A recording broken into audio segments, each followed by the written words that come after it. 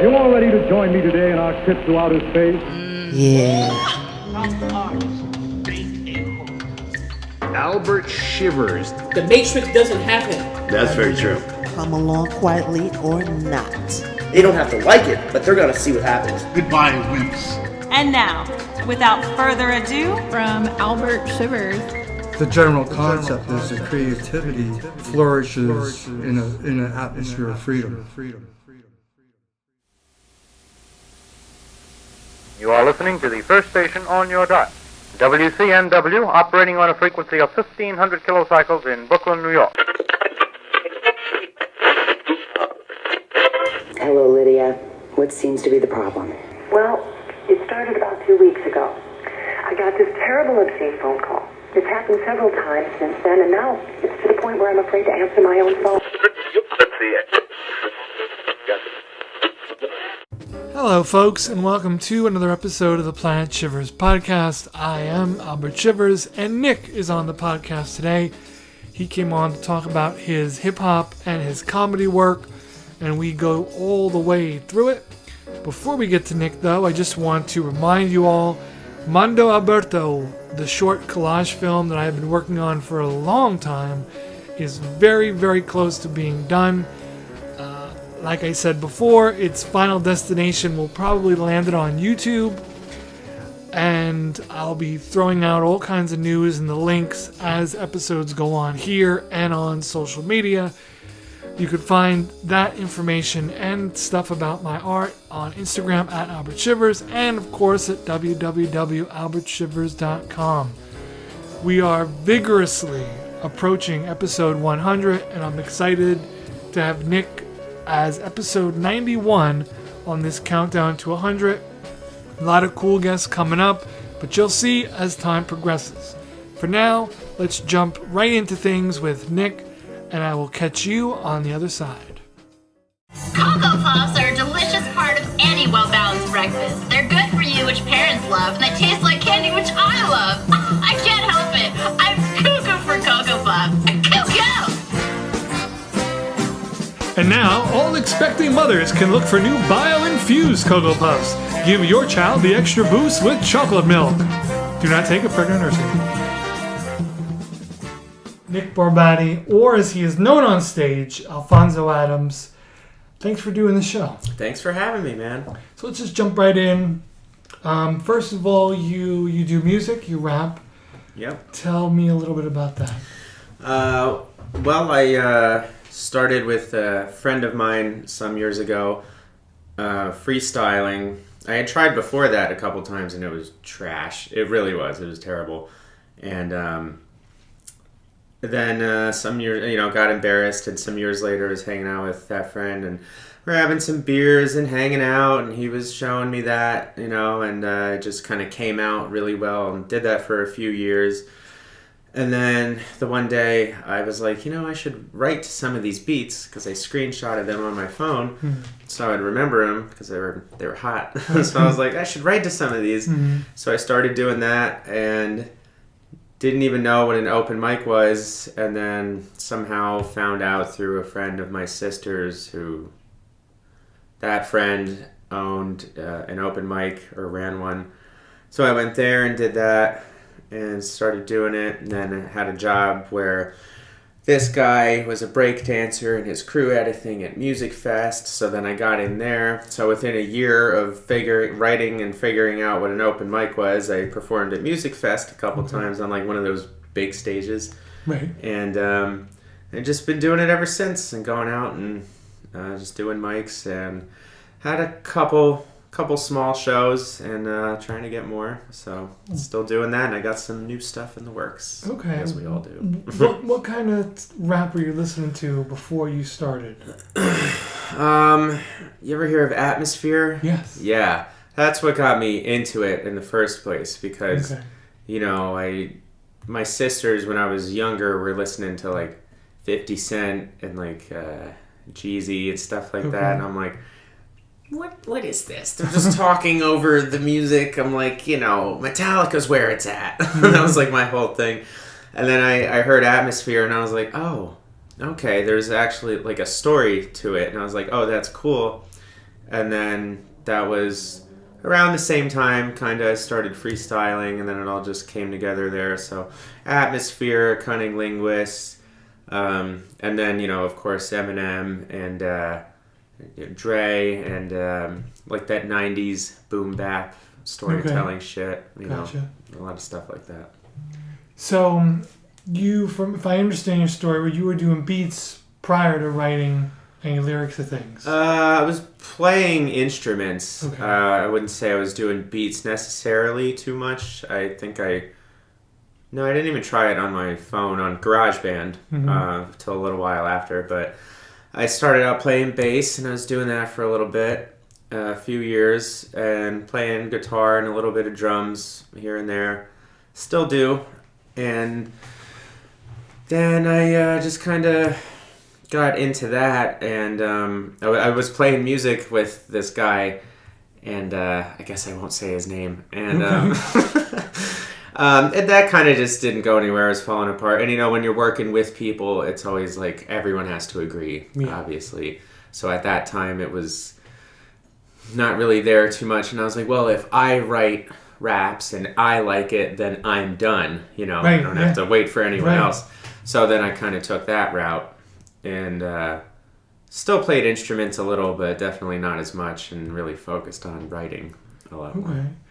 What kind of raps are you trying to write?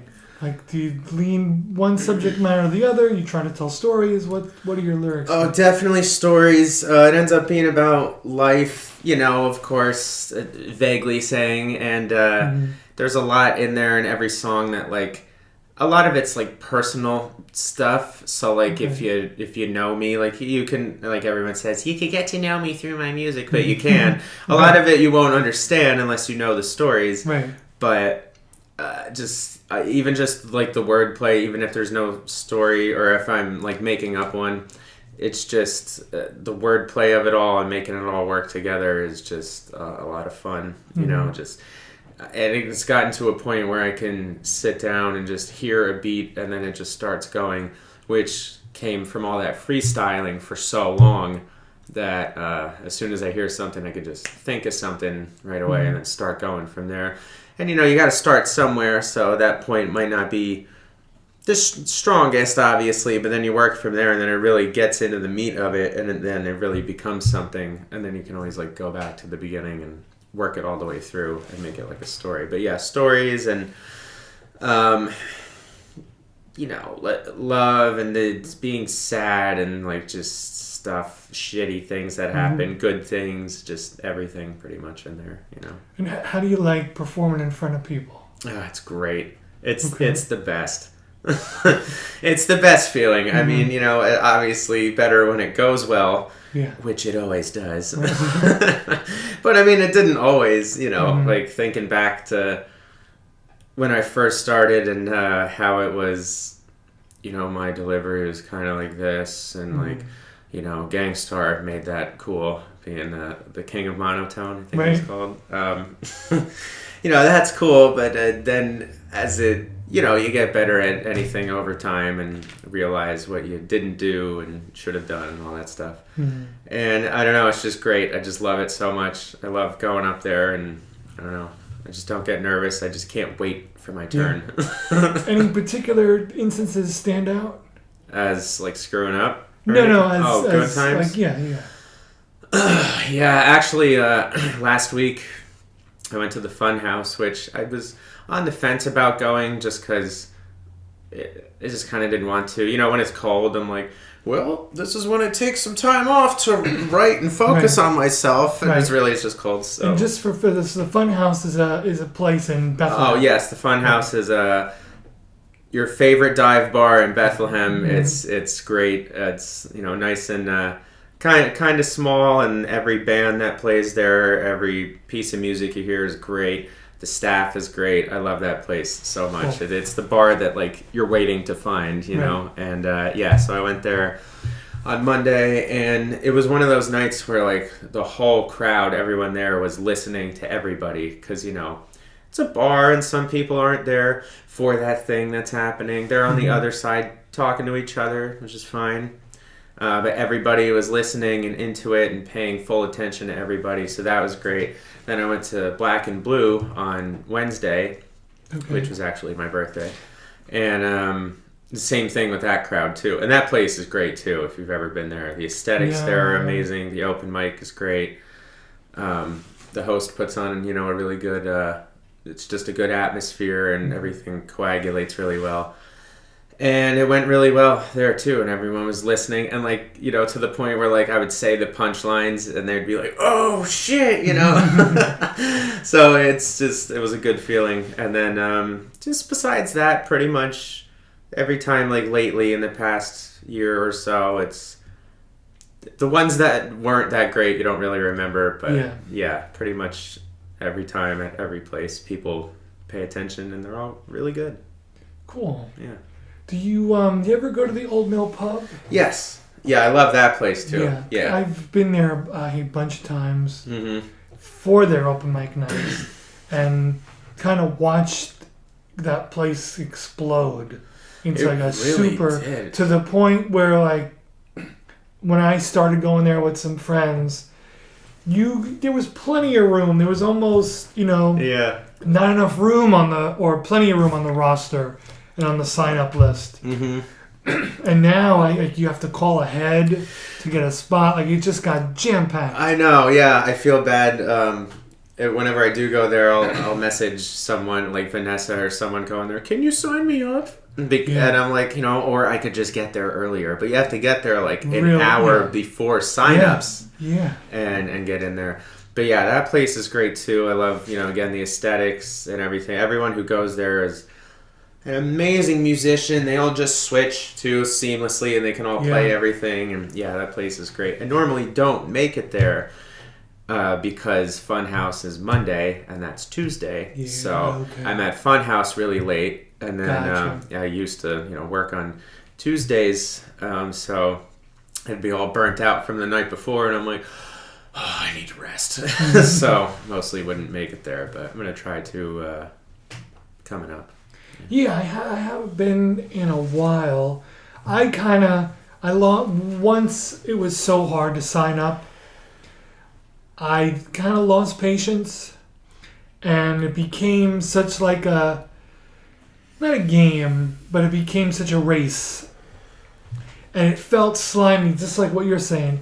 It felt slimy to be calling people and asking favors. So I was like, I don't because they were probably thinking... Most people are too nice everyone's too nice to be like, we can just get here earlier, but I'm sure they're thinking that, and I'm like, I should just try to get there earlier. But yeah, I hate doing that too.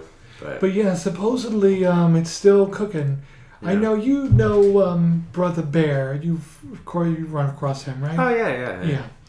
So he was just there was an art show last night, at an art show here, a gallery here, and they had music, and he was doing the music, and I briefly spoke to him, and he was telling me that the Old Mill Pub is still cooking. Oh yeah. So, even the last time I was there, it was I guess kind of a slower-ish night, but it was still packed. The list was still full. The place wasn't as full, but even not as full for that place is still a lot of fucking people. So yeah. And you're right. They're all super talented, and I've glommed a lot of podcast guests from that Old Mill Pub and just meeting people and talking to them. Yeah, I'm sure. Kind of thing. Cool. So you also do stand-up. Yep. Which is very cool. And so how did you find yourself in that? Well, I've always been hilarious. One of my friends told me about it because he did it a few years before that. This was 2019, so before the shutdown. And Bethlehem Brewworks had a comedy open mic in the basement, and that was a really good one too. And he told me about that.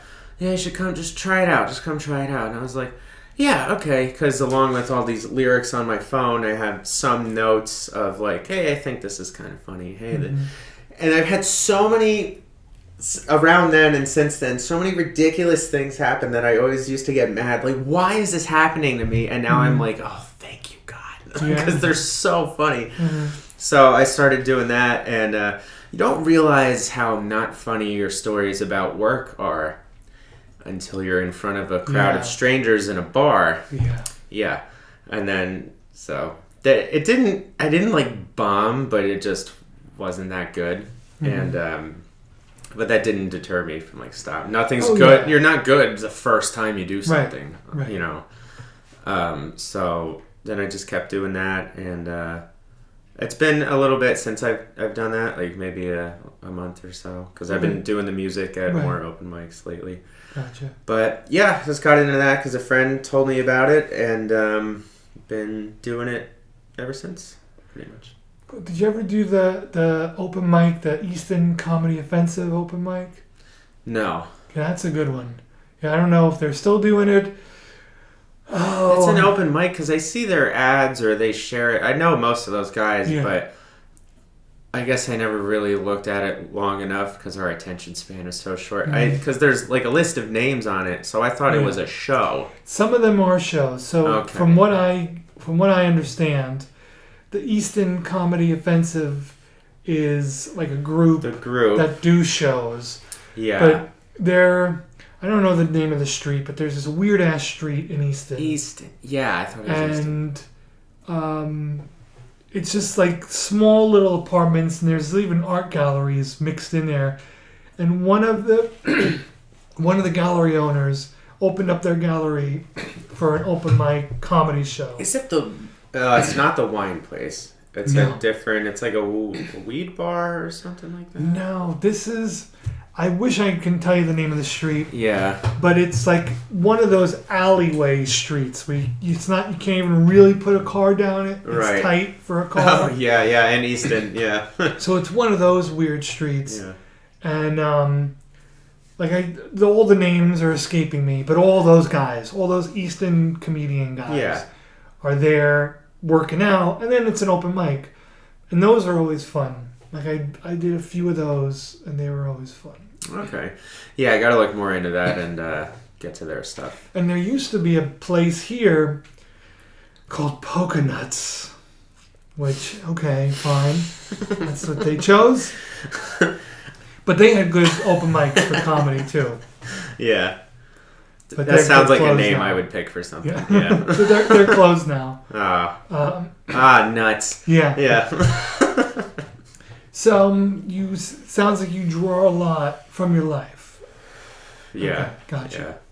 What, without needing to, you don't have to do a routine. What's like an example of a funny thing? Of just a piece of material like you chose from work or life or.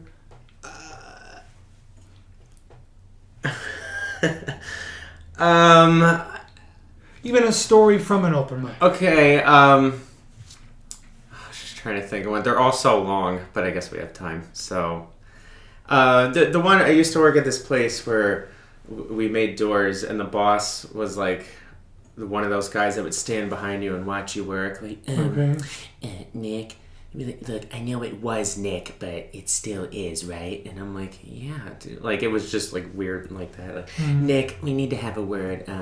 Come into my orifice. And I'm like, dude, can you rephrase that a little bit, please? He's like, oh, yeah, sorry. Come inside my orifice, please, Nick. And I'm like, the first one was better. Worse. Yeah. So there was shit like that, and everyone thought it was really funny that I would do an impression of him because it was like spot on. I think that's why I got fired. Okay. Pretty sure he caught wind of it. Okay. That's a cool way to get fired, though. Yeah. If you're gonna get fired. Thinking back, one of those things. Thinking back, I could have been a little quieter, about it, like not yelling it through the workshop, but it was funny to me, so I just did it. And another time I worked with this guy who used to be one of my friends, and we started, it was this shitty, dingy little warehouse, and he was so, like, nervous about the bosses and nervous all the time. Like, he wouldn't go to the bathroom because, like, the phone might ring. It's like, dude, they'll call back. Yeah. Like, he's on the phone, like, with the truck drivers, like, yeah, I know, yeah, yeah. And it's like a mid-40s truck driver guy on the other end of the line. You know he's not reciprocating that. He's just like, hey, I'll be there. At definitely not as flowery. Yeah, I'll be there at like 1:30. Maybe 1:40. Yeah, okay. If you need us to stay late, we can do that. Yeah, or whenever you can get here. Yeah, I just said I'll be there at like 1:40 maybe. Yeah, okay. I'm like so nervous all the time. So he was on the phone with one of the owner's daughters who works in the office. He's talking to her, and the phone rings in the office. So I went and grabbed it, and I saw that it was our boss. So I was just like, hey, hold on, he's right here. And I handed him the phone. So he's walking around with two phones like this. I wish they could see it. Walking around with two phones. Yeah. And like, a chameleon? Their eyes can go different ways. So one eye went to like each phone, and he's like, yeah. I'm like, dude, tell him like I'll call back or something, or call someone back. What are you getting from two phone calls at one time? Mm-hmm. And oh my god, it was so funny. It was the funniest thing I'll ever see in my life. I know it might not sound that funny now. Oh no, yeah, I wasn't. I'm putting you on the spot to perform, so don't take it that way. No, it's fine. It's so funny. I had done an open mic in Penargil, and figured that if I bomb, it's Penargil, and no one I know is going to be there. Yeah. And I could disappear just as easily as I showed up, like the Cat in the Hat. And it was just an open mic round, like you could do anything. It wasn't just comedy. Right. And the place was brand new. The owners were enthusiastic, and they were so excited for their open mic. And most of it was musicians. So when they had you write down who you were and what you're doing. So they were very excited that someone was going to be there, do comedy. And right before me was, I don't know, let's just say she was 10. 10-year-old, maybe 11-year-old girl. Covering All About That Bass. On what, playing it on something? Or no, it's just singing she it? had like, there was somebody, an adult or somebody put up a phone or something behind her. Oh, yeah. And played just an audio track. Oh, yeah. And she stood there with the little mic, and this little girl sang the whole song. And I'm right, how am I, what and then I come up next. Yeah. What am I supposed to do? And I salvaged it, but nothing I ever could have done would have been better than that little girl singing that song. Yep. And I just reserved myself to the fact of, okay, this is just a freebie. Like, you can just do what you want. Yeah. Because it doesn't matter. And then right after me was two guys on guitar doing Freebird. So it was quite the sandwich. So I was going to say sandwich, yeah. Right in between that, yeah. One time I was at the lakeside, and it was a dad with his two kids, and the girl was maybe the same age as that, and like the son was a little younger. He was on piano, dad was something, I don't know, but the girl was on like a violin or something. And like they were better than, like if they stopped playing that night and I started playing until my next birthday, I would never be as good as they were. And I was like, they should have went last. How's anyone else going to follow that up? Yeah. Yeah, they were amazing. So, but I mean, it's tough like that. Like if somebody goes up and does a good comedy set and I'm going to do music, I'm like, but it's a different thing. That thing is done, and then you're coming up to do yours, so you can't really get, even if you're doing the same thing, you can't get discouraged because it's like, yeah, whatever. Oh yeah, I think it's even like if you're doing the same thing, I don't mind like doing the comedy open mics. If somebody does real well ahead of me, that does two things for me. First of all, like, okay, you loosen everybody up. Yes. Which is integral. Yes. And you've kind of put a little bit of flame under my ass to go, okay. Now I have to get up there. All right, what's going on? Yeah. Like you got to bring it because now that person set that bar. Yep, exactly. So if you don't want to get lost in the shuffle, You got to step it up somehow. And when you're on stage, how much off the cuff do you do? How much planned material do you do? It depends where you are. Like steel stacks, they're unless people are sitting in like the first row or two, it's harder to hear. Well, I guess that's a good example. It depends where you are. Like the Funhouse, they're like right there, so people shout out things. Yeah, I guess if like they're closer, it's easier, to hear them. Because there was times where someone said something and I'm like, what? And then he said it again and I still didn't hear it. I was like, what? He's like, oh, never mind. And I'm like, okay, so I missed that. So it's not a lot, but it happens. I would say 95% is probably written stuff that I just do. Okay. Yeah. But, I want to get better, and we all need to get better at off the cuff, work in the crowd, that whole thing. But it doesn't happen too much, but I kind of want it to more because then I can get better at it. But also it's, that's the more nerve-wracking part than getting up there in the first place. Right. It's like, well, if someone says something, what do I say? Yeah. So, One thing that I started to do was wherever I was doing the open mic, I do like a big detailed scan of the place. Because naturally, the comedy is, you got to be relatable somehow. Yes. Yeah. People are going to laugh. They're laughing mostly because they relate to what you're saying one way or another. Yeah. They may not have the job with the effeminate boss on 2 phones, but they know the situation. Yeah. So I'll scan the room and just what can is there anything that I could latch onto here and kind of run with. At the Penargil open mic, for whatever reason, they didn't have a stage. So they just had those velvet ropes that you see in the bank kind of around where you were supposed to stand. Okay, well, I'm the teller, right? Like you're playing the bank teller and you're telling them something, right? So I had gone up there, and they're velvet ropes, and they're fun to touch anyway. Yeah, they're nice. So I stood there because I had to break up the, oh, what a cute kid singing Nicki Minaj or whatever, whoever it was. Yeah. To me. I don't even know. Yeah. And the material I had written wasn't dirty, but it, there needed to be a bridge. A bridge needed to be built between the girl and me. And so I went up there and stood there in silence, which felt like forever, but it was probably 10 seconds. Yeah. And just felt the rope. And everyone's just looking. I went, oh, God, sorry, okay, I'm back. And then went into my thing, but it just I needed to pull them. Oh, to break it up for a sec. Yeah, exactly. Yeah. Yep. Yeah, it always helps to have that little bit of pause or something that they're looking at, and then it's weird.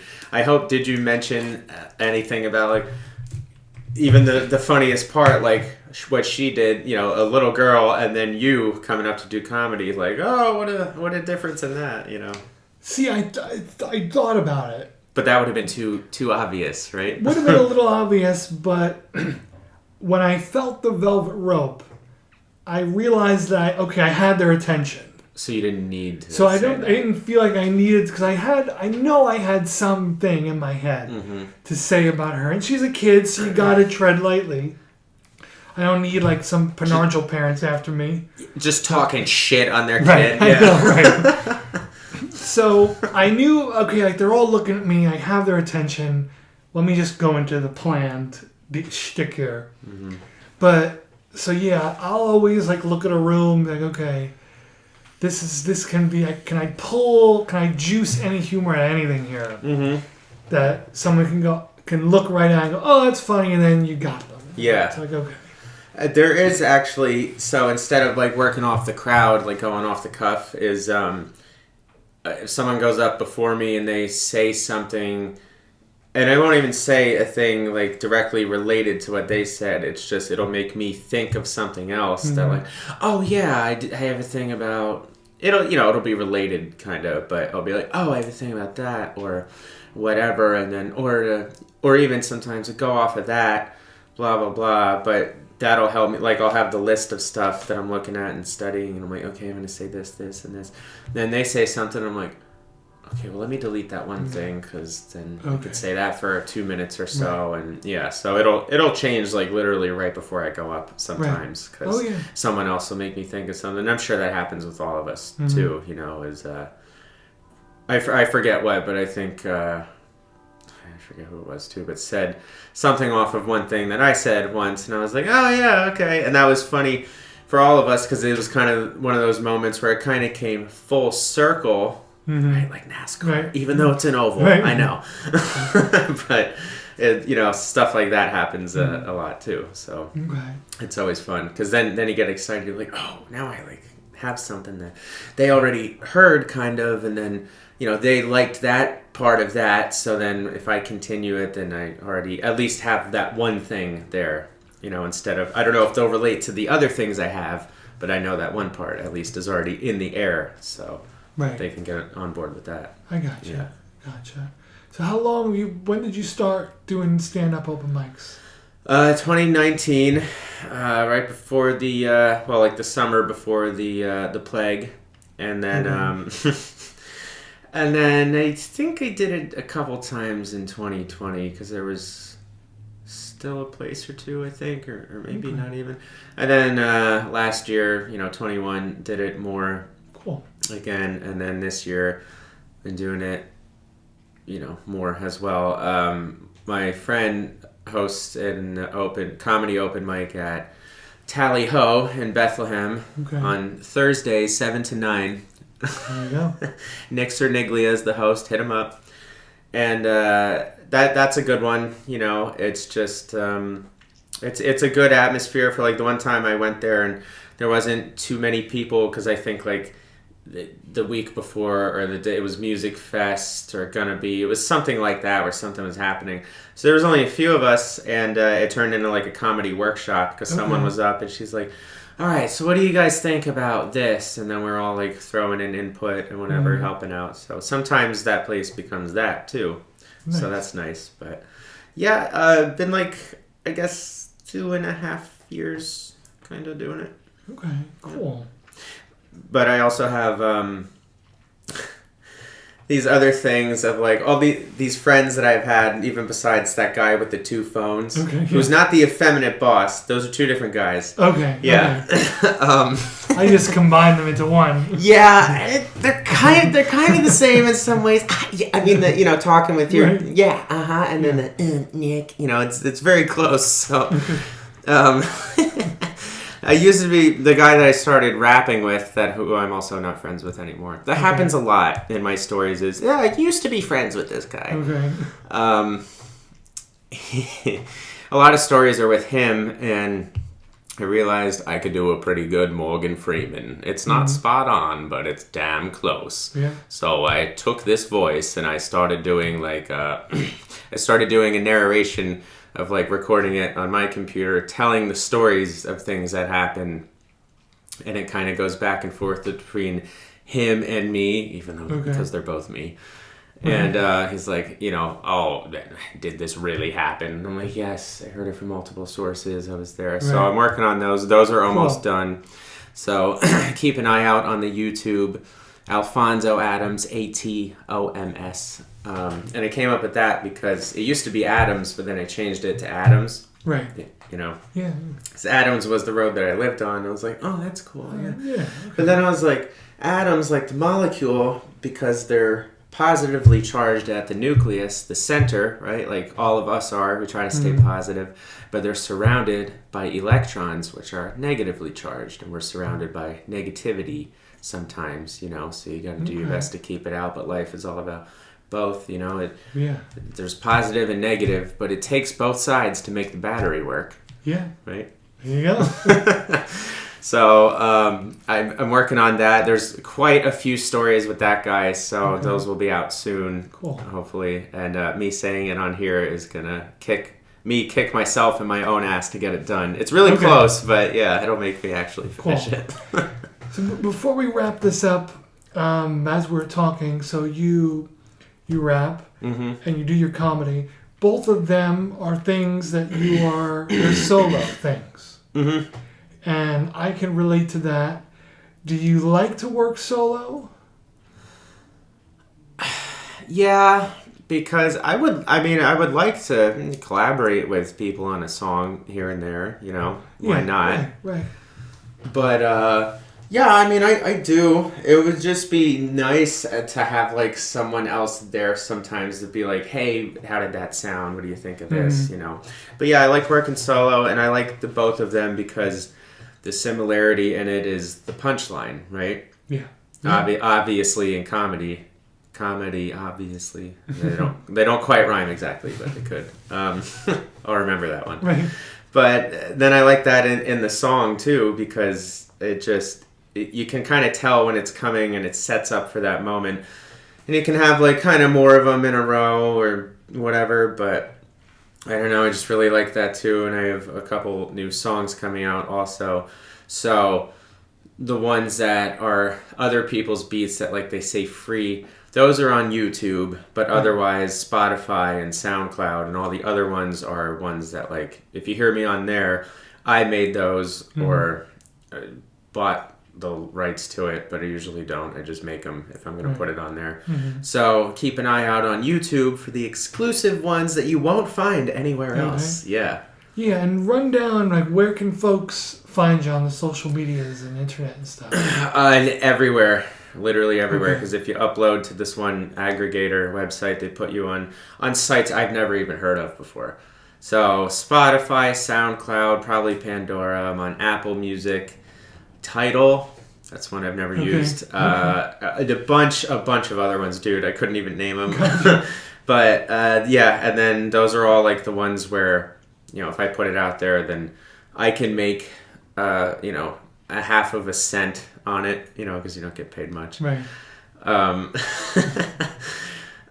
but yeah, then YouTube are like, I guess we'll call the exclusives for other stuff. So that's where you're gonna find you know, those cool beats, or like, you know, maybe an old Dr. Dre beat, you know, that I want to use, or something like shit like that on there, the familiar ones and stuff. Right.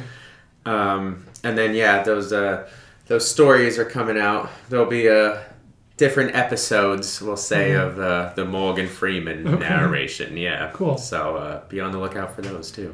And your YouTube name is Alfonso Atoms. Okay. It's same on all of it. And Instagram is _ Alfonso Atoms. But on Instagram, if you just type in a name normally, it still usually comes up.